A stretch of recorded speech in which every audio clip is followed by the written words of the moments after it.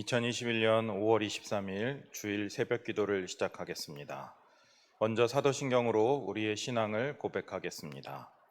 전능하사 천지를 만드신 하나님 아버지를 내가 믿사오며 그 외아들 우리 주 예수 그리스도를 믿사오니 이는 성령으로 잉태하사 동정녀 마리아에게 나시고 본디오 빌라도에게 고난을 받으사 십자가에 못 박혀 죽으시고 장사한 지 사흘 만에 죽은 자 가운데서 다시 살아나시며 하늘에 오르사 전능하신 하나님 우편에 앉아 계시다가 저리로서 산자와 죽은 자를 심판하러 오시리라.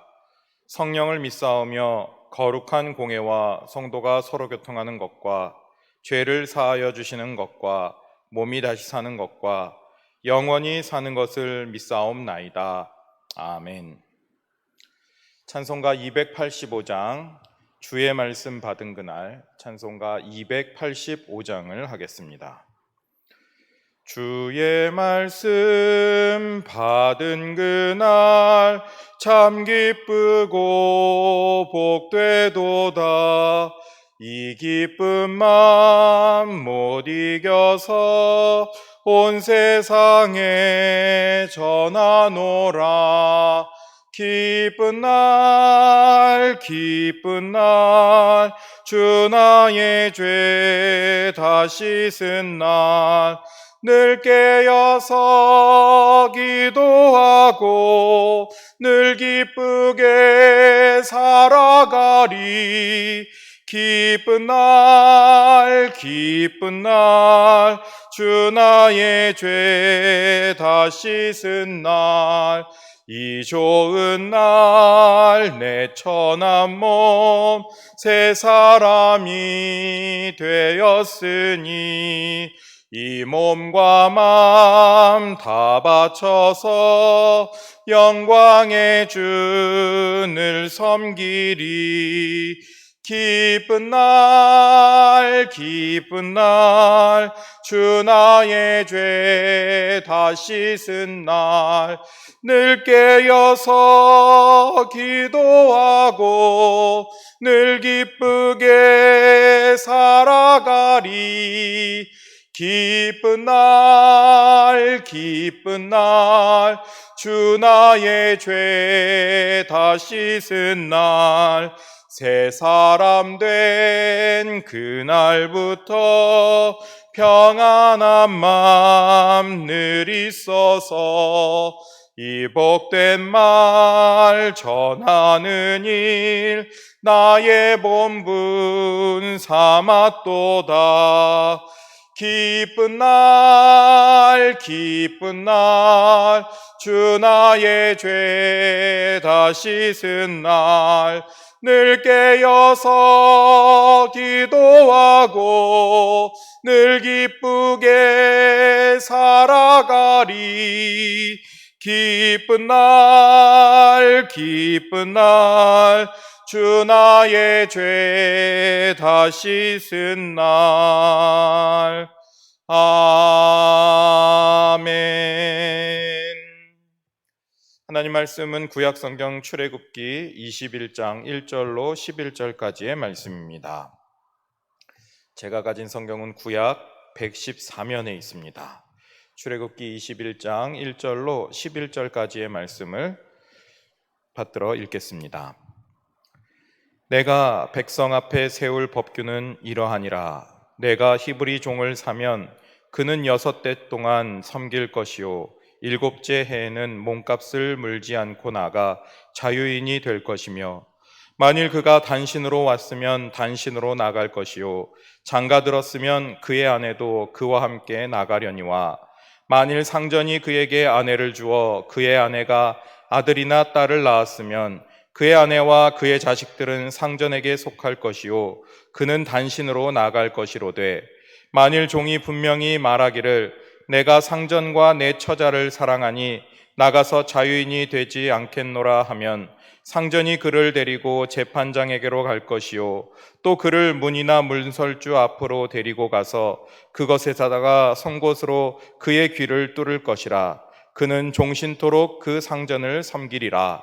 사람이 자기의 딸을 여종으로 팔았으면 그는 남종같이 나오지 못할지며 만일 상전이 그를 기뻐하지 아니하여 상관하지 아니하면 그를 속량하게 할 것이나 상전이 그 여자를 속인 것이 되었으니 외국인에게는 팔지 못할 것이요 만일 그를 자기 아들에게 주기로 하였으면 그를 딸같이 대우할 것이요 만일 상전이 다른 여자에게 장가들지라도 그 여자의 음식과 의복과 동침하는 것은 끊지 말 것이요 그가 이 세 가지를 시행하지 아니하면 여자는 속전을 내지 않고 거저 나가게 할 것이니라. 아멘. 우리가 읽은 이 출애굽기 21장부터는 하나님께서 모세를 통해 이스라엘 백성들에게 내려주시는 법규와 율례를 우리에게 보여주고 있습니다. 이것은 일반적인 규범에서부터 법적 구속력을 갖는 법규를 모두 포함하고 있는 말씀입니다. 그리고 이스라엘 사회의 일부 특별한 계층에 있는 사람들만을 위한 것이 아니라 모든 사람들에게 주시는 이 율법은 특권이자 의무임을 강조하고 있습니다. 법은 백성을 다스리는 권력자가 백성들을 통제하기 위해 제정하는 것입니다. 하나님께서 이런 법규를 이스라엘 백성들에게 주셨다는 것은 이스라엘이 사람 왕이 아니라 하나님이 왕이 되셔서 다스리시는 하나님 나라가 되었음을 보여주고 있는 것입니다. 우리가 하나님 나라에 속하였다면 이 말씀들이 우리에게도 여전히 유효한 법임을 잊지 말아야 합니다. 성경이 말씀하시는 삶의 원리를 본받아 이 성경 말씀에 나오는 말씀, 법규, 이 규범들을 가지고 우리의 삶의 원칙으로 살아갈 때 우리는 하나님께서 다스리시는 하나님 나라의 복을 누릴 수가 있는 것입니다. 그 처음은 노예, 종에 대한 규정으로 시작을 합니다. 이것은 매우 예외적인 일이라고 할 수 있습니다. 여러 가지 고대의 법전들을 살펴보아도 법규 초반에 이처럼 노예에 대한 조항으로 시작하는 경우는 거의 없습니다. 우리가 잘 알고 있는 고대 법전 가운데 함무라비 법전의 경우만 살펴보더라도 노예에 관한 조항은 맨 마지막에 겨우 자리를 차지하고 있습니다. 이런 것을 본다면 하나님께서 그 백성들에게 하나님의 법률을 제정하실 때 그 시작이 십계명 다음에 바로 노예에 관한 것이라는 것은 매우 특별한 경우임을 알 수가 있습니다. 하나님께서 히브리 종들에 대해 관심을 가지시는 이유가 무엇입니까? 그것은 그들이 가장 불쌍하고 가장 소외된 계층이기 때문입니다. 자유를 가진 사람들은 그들의 뜻대로 자유롭게 살아가지만 노예와 종들은 자유도 없이 주인의 뜻에 따라 살아가야만 하기 때문입니다. 부당한 대우를 받아도 어디에 하소연할 곳이 없고 경제적으로 어려운 처지에 놓여 있는 사람들이 바로 노예와 종 같은 사람들입니다. 그렇기 때문에 자비로우신 하나님께서 가장 연약하고 가장 가난한 사람들에게 마음을 쏟고 계신 것입니다. 세상에 있는 사람들이 이렇게 소외되고 가난한 사람들에게 관심조차 두지 않을 때 선하시고 인자하신 하나님은 가장 낮고 천한 사람들을 돌보시며 그들을 위해 마음을 쏟고 있는 것입니다. 사랑하는 여러분, 우리는 이런 하나님을 본받아 우리도 역시 가난하고 소외된 사람들을 돌봐야만 하는 것입니다. 가장 미천하고 천한 사람들을 돌볼 때 우리에게 역사하시는 하나님의 복이 우리에게 임할 줄로 믿는 것입니다. 이런 하나님의 관심이야말로 오늘날 우리가 가져야 하고 행해야 할 일이 무엇인지를 보여줍니다. 사회에서 소외되고 고통받는 사람들에게 관심을 쏟고 관용을 베풀어야 합니다. 예수님도 가난한 자들과 함께 하셨고 사회적으로 비난받는 세리와 창녀들의 친구가 되셨습니다. 우리가 예수님을 따르는 예수님의 제자라면 우리도 그런 예수님을 본받아야 합니다. 소외되고 가난한 사람들을 보면서 눈살을 찌푸리는 것이 아니라 그들에게 선한 영향력으로 사랑을 베푸실 수 있는 귀한 성도님들이 되시길 바랍니다. 특별히 법규의 초반에 노예에게 관심을 갖는 것은 역사적으로도 매우 중요한 의미가 있습니다. 바로 이스라엘 백성들이 불과 얼마 전까지만 해도 이집트에서 지긋지긋한 노예 생활을 하다가 해방되었기 때문입니다. 노예 생활을 하면서 그들이 얼마나 고통을 당하고 착취를 당했는지 생각해 보십시오. 그래서인지 이스라엘 백성들은 노예들이 인권 유린을 당하고 노동력이 착취당하는 것에 대해서 굉장히 예민하게 반응하는 것을 볼 수가 있습니다. 앞서 우리가 살펴보았던 십계명의 시작에도 노예 생활에 대한 언급이 시작되고 있는 것을 볼 수 있습니다. 20장 2절에 보면 나는 너를 애굽 땅 종되었던 집에서 인도하여 낸 내 하나님 여호와니라, 이렇게 십계명이 시작됩니다. 하나님의 은혜로 구속함을 받은, 그리고 해방을 맛본 사람들은 억압받는 것이 얼마나 고통스러운가를 누구보다도 잘 알고 있기 때문에 억압받는 사람에 대해서 각별히 신경을 써야만 하는 것입니다. 많은 사람들은 올챙이적을 잊어버린 개구리처럼 살아갑니다.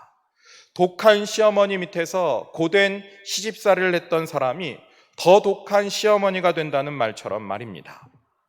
하나님의 구원을 경험하고 체험한 사람은 더 나아가서 아직 구원받지 못한 사람들에 대한 거룩한 부담감을 가져야만 합니다. 우리들의 마음이 하나님의 구속을 맛보았다면 우리도 역시 그런 부담감으로 가득 차서 하나님의 사랑을 알지 못하는 사람들에게 그 사랑을 전해야만 하는 것입니다. 이런 거룩한 부담감이 선교와 전도의 바탕이 되어서 교회가 선교하는 그런 선교적 교회를 지향해야만 하는 것입니다. 먼저 받은 자로서 나중된 자를 섬기는 그런 은혜가 여러분들 모두에게 있기를 원합니다. 노예제도는 고대 근동지방에서 매우 광범위하게 퍼져 있었습니다. 역사적으로 볼 때에도 그 뿌리가 매우 깊다고 할 수 있습니다. 그러나 노예에 대한 대우는 노예제도가 행해지는 곳곳마다 큰 차이가 있었습니다. 어떤 곳에서는 노예가 주인의 가족처럼 그렇게 긴밀한 관계를 유지하며 사람들과 어울려 살았습니다. 반면에 다른 곳에서는 노예는 돈을 받고 팔리는 신세가 되는 재산에 불과했던 것입니다. 오늘 말씀은 노예들, 특별히 히브리인 노예들에 대해서 사회적, 법적인 권한을 강화하는 데 심혈을 기울이는 것처럼 보입니다. 노예를 너의 형제라고 부르는 점이나 노예에게 안식일을, 그리고 여러 가지 종교적인 절기를 지킬 수 있도록 권한을 주는 다른 본문을 보더라도 바로 그렇습니다. 고대 이스라엘에서는 경제적으로 어려운 일을 당하거나 생계가 어려운 사람들이 노예가 되기도 했습니다. 노예가 되면 조금이나마 경제적으로 안정을 찾을 수 있었기 때문입니다. 또 빚을 지고 갚을 길이 없는 사람, 남의 물건을 훔쳤다가 들통이 나서 보상을 해야 되는데 보상할 길이 막막한 사람들이 노예로 팔렸던 것입니다. 노예가 되고 싶어서 되는 사람은 없습니다. 스스로 노예가 되었다 할지라도 어쩔 수 없어서 할 수 없기 때문에 노예가 되는 것이기 때문에 이 노예들은 사회에서 가장 낮은 계층이고 가장 약자라고 볼 수가 있는 것입니다. 그런 사람들에 대한 내용이 바로 오늘 말씀에 들어 있습니다. 오늘 말씀 2절에 보니까 히브리 종을 사면 그가 6해 동안 섬길 것이다, 이렇게 이야기를 합니다. 7년째가 되면 안식을 맞이하게 되는 히브리의 종교력을 두고 우리는 이 문제를 생각해 보아야 합니다. 그래서 6년을 섬기지만 경우에 따라서는 1, 2년밖에 되지 않는 경우도 생기게 되는 것입니다. 율법은 어떤 경우에서라도 노예의 노동력을 6년 이상 착취해서는 안 된다 규정을 하고 있습니다. 경제적인 어려움 때문에 사람의 기본적인 인권이 박탈당하는 것의 한계를 하나님께서 정해놓으신 것입니다. 또 6년을 부리던 노예에게 자유를 줄 때에는 어떠한 조건을 달아서도 안 된다, 이렇게 말씀하고 있습니다. 이것과 유사한 말씀이 뒤에 나오는 신명기에 기록되어 있습니다. 신명기 15장 12절부터 14절에 보면 떠나는 노예에게 한 살림을 준비해 줄 것을 권고하고 있습니다. 신명기 15장 12절부터 14절의 말씀을 제가 읽어보겠습니다. 내 동족 히브리 남자나 히브리 여자가 내게 팔렸다 하자 만일 6해 동안 너를 섬겼거든 7째 해에 너는 그를 놓아 자유롭게 할 것이요 그를 놓아 자유하게 할 때에는 빈손으로 가게 하지 말고 내 양무리 중에서와 타작마당에서와 포도주 틀에서 그에게 후히 줄지니 곧 내 하나님 여호와께서 내게 복을 주신 그대로 그에게 줄지니라. 너는 애굽 땅에서 종되었던 것과 내 하나님 여호와께서 너를 속량하셨음을 기억하라. 그것으로 말미암아 내가 오늘 이같이 명령하노라. 이렇게 말씀하고 있습니다. 여기에서 핵심은 무엇입니까? 바로 배려입니다. 노예로 살던 사람들이 자유를 얻는다고 해도 당장 먹고 살 대책이 없으면 다시 노예가 되어야 하는 상황이 생길 수 있습니다. 이런 상황에서 해방된 노예가 장사를 해서라도 먹고 살 수 있을 정도의 어느 정도의 재산을 챙겨 보내라는 것은 참으로 파격적인 제안이 아닐 수가 없습니다. 진정으로 사랑하는 것이고 진정으로 배려하는 것입니다. 그렇기 때문에 3절에서부터는 이 기본 원리에 대해서 세부적인 사항을 언급하고 있습니다. 첫째로 3절에 나오는 것처럼 노예의 결혼 관계가 존중되어야 한다. 하나님은 말씀하고 계십니다. 두 번째로는 4절에 나오는 것처럼 홀로 들어와 주인의 배려로 가정을 일구었으면 가족들은 두고 홀로 나가야 된다. 이렇게 이야기를 하고 세 번째로는 5절과 6절에 나오는 것처럼 6년의 봉사를 통해 자유를 앞둔 노예가 스스로 영구적으로 노예 신분을 자청할 수 있다. 이렇게 이야기를 합니다. 노예가 마지막의 경우를 선택할 때 그는 먼저 나는 나의 주인과 나의 처자를 사랑한다. 이렇게 고백을 해야 합니다. 이것은 정말로 특이한 점입니다. 성경에서 율법을 기록하면서 사랑을 선언하고 사랑을 고백하는 곳은 바로 여기가 유일하기 때문입니다. 그렇게 한다면 그는 어떻게 해야 합니까? 증인들 앞에서 재판장 앞에 나아가 문지방에 대고 귀를 뚫어야만 했습니다. 이것은 사람들이 말하기를 일종의 징계의 상징이라고 이야기를 합니다. 하나님께서 이스라엘 백성들을 노예 생활에서 해방시키시고 하나님의 종이 되게 하셨는데 하나님의 종이 되는 것을 거부하고 사람의 종이 되었다는 것을 자청한 데에 대한 심판의 표징으로 귀를 뚫는다고 하는 것입니다. 그런데 생각해 보십시오. 한 남성이 아내와 자식들을 너무 사랑한 나머지 자유의 몸으로 풀려나기를 포기하고 스스로 송곳으로 귀를 뚫리는 아픔을 감수하면서까지 종으로 남기를 자처하는 것입니다. 얼마나 감동스러운 모습입니까? 사랑하는 사람들을 위해 자신을 희생하는 모습을 통해 우리는 예수 그리스도의 모습을 바라볼 수 있어야만 합니다. 존귀하신 하나님의 아들이 우리를 너무나도 사랑하셔서 하늘의 그 영광스러운 보좌를 버리시고 천한 종의 모습으로 이 땅에 오셨습니다. 더구나 송곳으로 귀가 뚫리는 아픔 정도가 아니라 십자가에 손과 발이 못 박히고 또 옆구리가 창에 찔려서 모든 물과 피를 쏟으면서 마침내는 죽음이라는 가장 큰 고통을 치르셔야만 했던 것입니다. 죄로 인해 죽어야 했던 우리를 살리기 위해 그 영광을 버리시고 엄청난 고통을 감수하시는 예수님의 사랑보다 큰 사랑이 과연 어디에 있겠습니까? 그런데 여러분, 우리의 모습은 어떠합니까? 예수님을 얼마나 사랑하고 있으며 예수님처럼 이웃을 얼마나 사랑하고 그들을 위해 우리를 희생하고 있습니까? 우리가 예수님을 따라 살아야만 우리는 예수님의 제자라고 말할 수 있습니다. 하나님께서 우리에게 주신 이 말씀대로 살아갈 때 우리는 하나님의 자녀임을 나타낼 수가 있는 것입니다. 주님이 우리를 위해 고통받으시고 우리를 사랑하기 위해 자신을 내어주셨듯이 우리도 예수님과 교회와 우리 이웃을 위해 우리의 모든 것을 내어주고 희생할 수 있는 은혜가 우리에게 있기를 원합니다.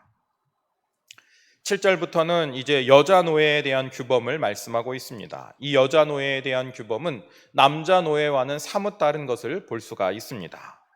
제일 가장 큰 다른 점은 6년이 지나도 자유로워질 수 없다는 것이죠. 이 모습만 놓고 본다면 성차별적인 모습으로 비춰질 수 있습니다. 하지만 이 당시의 그 사회 상황을 들여다보면 실제로는 여성들에 대한 배려라고 볼 수 있습니다. 여성들의 경제력이 거의 인정되지 않던 고대 사회에서 홀로된 여인이 할 수 있는 일이란 거의 없습니다.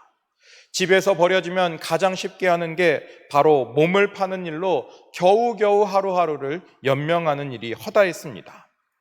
이런 사회에서 이 율법은 여자 노예가 최소한의 존엄성을 유지하도록 주시는 배려요 사랑이라고 볼 수 있는 것입니다.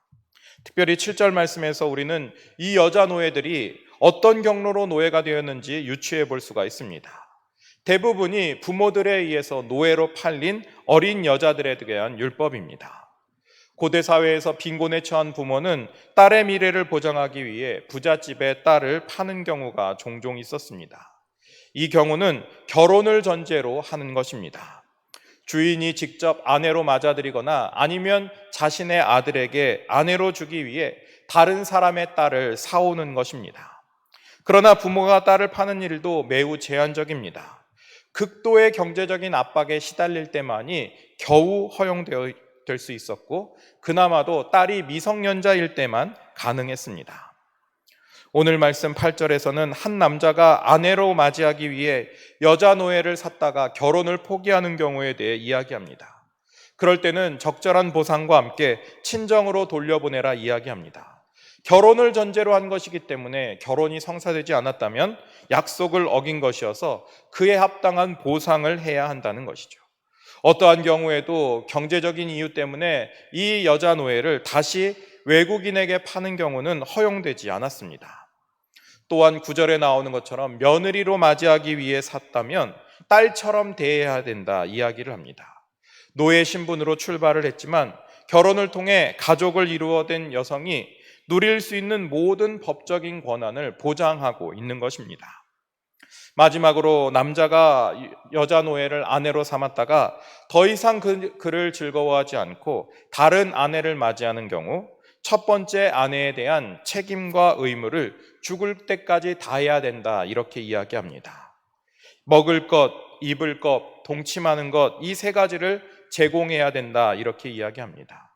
이 세 가지를 제공하는 의무를 꺼릴 때는 아무 조건 없이 자유인으로 내보내야 한다는 것입니다.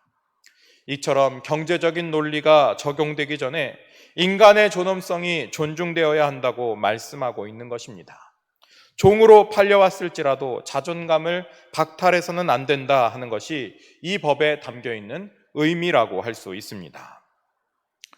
오늘 말씀에 나오는 이 노예에 관한 법은 억압과 착취에 관한 법이 아닙니다. 오히려 사람의 인권을 존중하고 권리를 수호하는 데 초점이 맞추어져 있는 파격적인 법입니다. 이런 법들을 통해 우리는 하나님께서 우리를 얼마나 사랑하시는지, 사람이 사람에게조차 대접받지 못하고 사람이 사람을 생각하지도 못하는 그런 존재라 할지라도 하나님은 그들을 돌보시며 이끄시며 그에게 파격적으로 넘치는 사랑을 베풀어 주시는 것입니다. 이처럼 하나님의 말씀에는 하나님의 사랑이 담겨 있습니다. 사랑이 아니고서는 설명할 수 없는 하나님의 능력이 있는 것입니다. 사랑하는 여러분, 오늘 하루도 이런 하나님의 능력을 믿으면서 오늘 하루를 살아갈 수 있는 새 힘을 얻게 해달라고 기도할 수 있는 은혜가 여러분들에게 있기를 원합니다. 함께 기도하겠습니다. 은혜가 풍성하신 사랑의 주님, 참으로 감사합니다.